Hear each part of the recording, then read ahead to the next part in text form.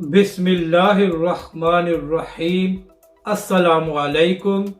आप देख रहे हैं यूट्यूब चैनल आम सी बातें। और यह मकबूल जान भी तारीफ करने पर मजबूर, सब अल्लामा साद हुसैन रिजवी को बड़ा लीडर मान गए। इस वीडियो में हम इसी के मुतालिक बात करेंगे।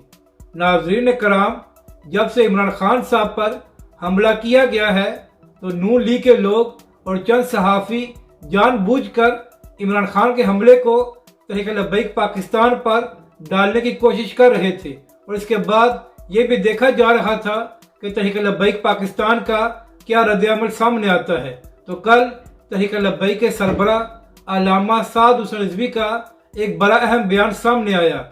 अल्लामा साद हुसैन रिजवी ने कहा कि जब हमारे घरों में लाशें पड़ी हुई थी तो उस वक्त भी हमने किसी पर हमला नहीं किया, तो इस वक्त हम किसी पर हमला क्यों करेंगे।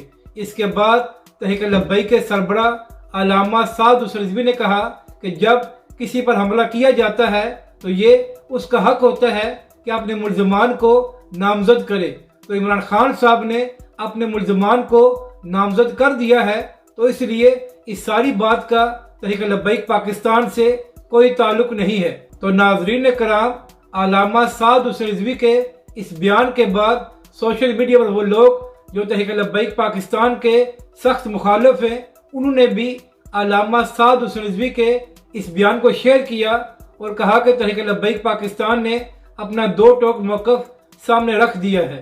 इसके बाद और यह मकबूल जान साहब ने भी तहरीक लब्बैक के सरबरा का वीडियो पैगाम शेयर किया और कहा कि नून लीग कोशिश कर रही थी कि अवामी सतह पर तहरीक लब्बैक पाकिस्तान और PTI को लड़ाया जाए, मगर अल्लामा साद हुसैन रिजवी ने बरवक्त बयान देकर इस सारे मामले को ठंडा कर दिया है। यानी कि वो लोग जो तहरीक लब्बैक पाकिस्तान के मुखालिफ थे वो भी अल्लामा साद हुसैन रिजवी की तारीफ करने पर मजबूर हो गए हैं। अपनी राय का ज़रूर इज़हार करें कि आपको ये वीडियो कैसी लगी और हमारे इस चैनल को भी सब्सक्राइब करें।